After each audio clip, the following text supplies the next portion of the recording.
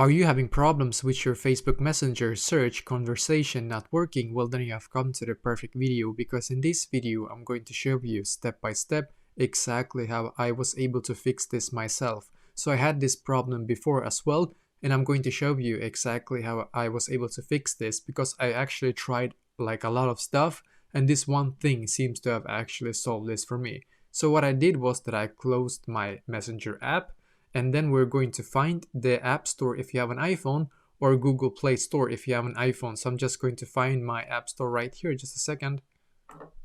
And it's going to work the same thing if you have an Android phone. Just go into your Google Play Store. It should be the exact same procedure. So just search for Messenger in here, as you can see. Scroll down, and as you can see, you should have this update button in here. If you don't have the update button, just keep watching. But if you do, just click on the update button right here.